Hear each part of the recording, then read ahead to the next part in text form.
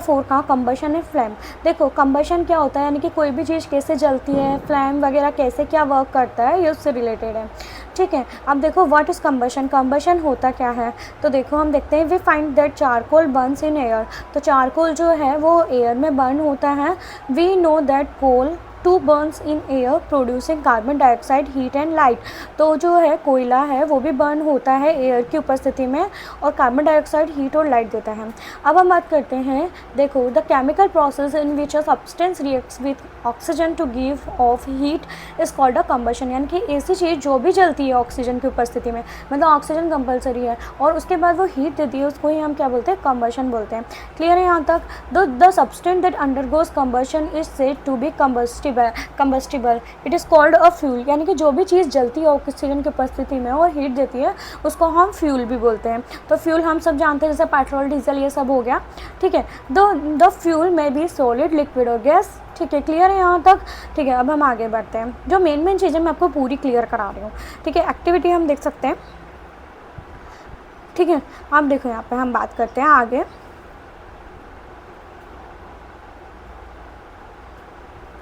देखो igneous temperature क्या होता है। देखो the lowest temperature at which the substance catches fire is called its ignition temperature.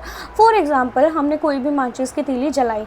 अब हमने मान लो कोई भी लकड़ी है, अब लकड़ी को हम जला रहे हैं। लकड़ी तब तक नहीं चलेगी जब तक इसका मिनिमम टेम्परेचर तक वो पहुँच नहीं पाया, जब वो आग पकड़ती है उसको ही हम बोलते हैं इग्निशन टेम्परेचर। तो ये इंपॉर्टेंट है, हमें ध्यान रखना है।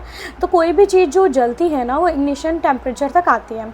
तो देखो अब यहाँ पर हमें मैच बॉक्स के बारे में बताया गया है कि मैच बॉक्स की हिस्ट्री क्या है। तो देखो a mixture of antimony, trisulphate, potassium chloride and white phosphorus with some glue and starch was applied on the heat head of a match made of suitable wood।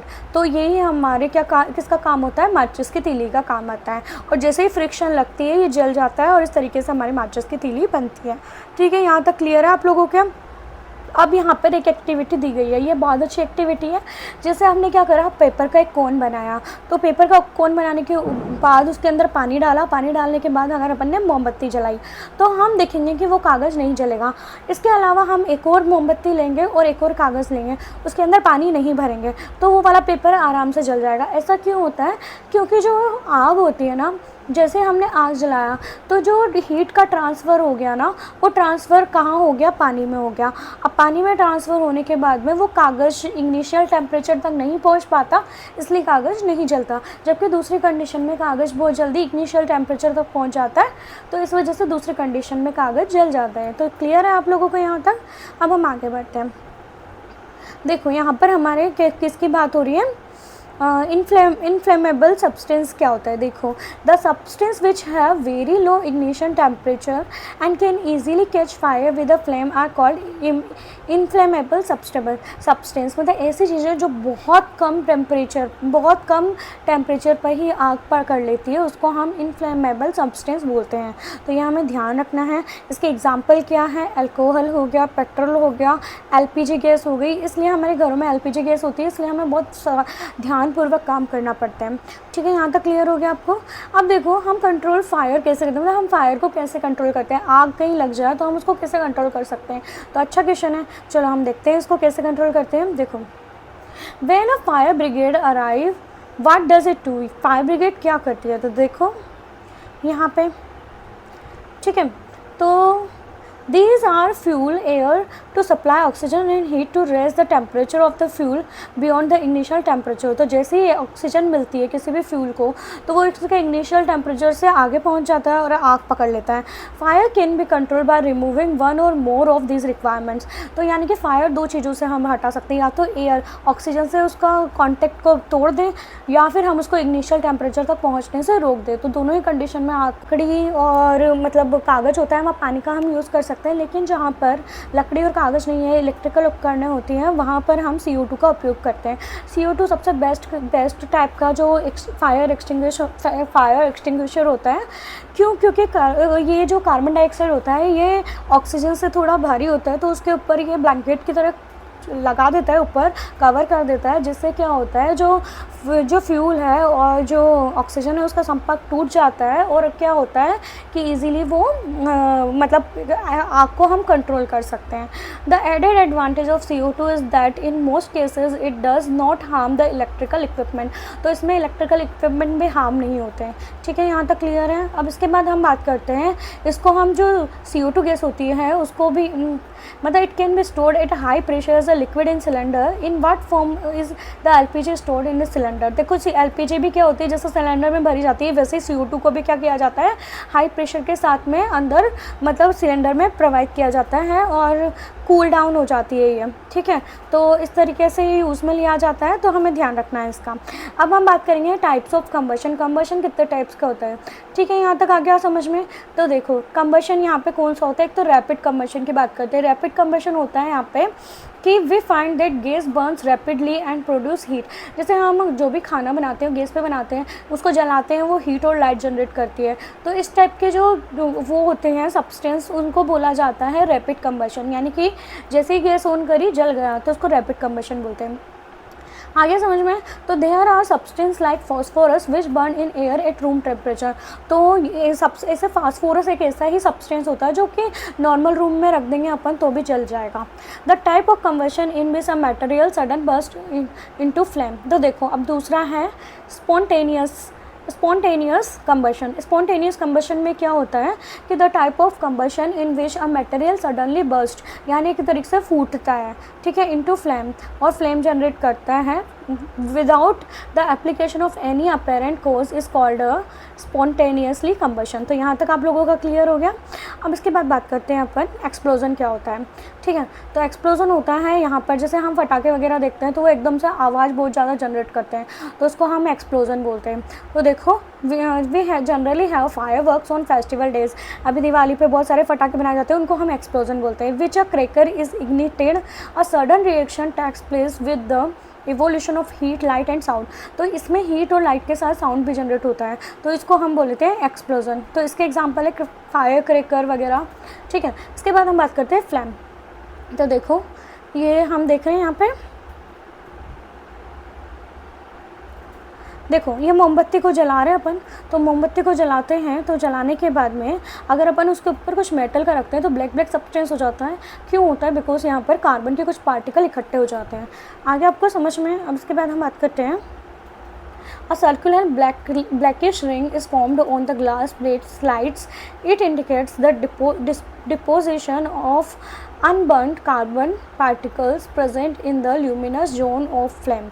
ठीक है, तो ये luminous यानी कि जो जलने वाली फ्लेम होती है उसकी बात करते हैं, ल्यूमिनस उसको बोलते हैं। ठीक है, hold a thin long copper wire inside the non luminous zone. अगर हम बिना चमकीली साइड पर, मतलब ये तो चमकीली साइड की बात होगी जहाँ ब्लैक ब्लैक कार्बन के पार्टिकल आते हैं। अब नॉन चमकीली यानी कि जो लाइट जनरेट नहीं करती उस साइड पर अगर अपन क्या करें यहाँ पर कि फ्लेम मतलब 30 सेकेंड तक कॉपर वायर को अगर वहाँ रखते हैं तो हम देखते हैं कि copper wire just outside the flame gets red hot, और ये बहुत ज़्यादा हॉट हो जाता है।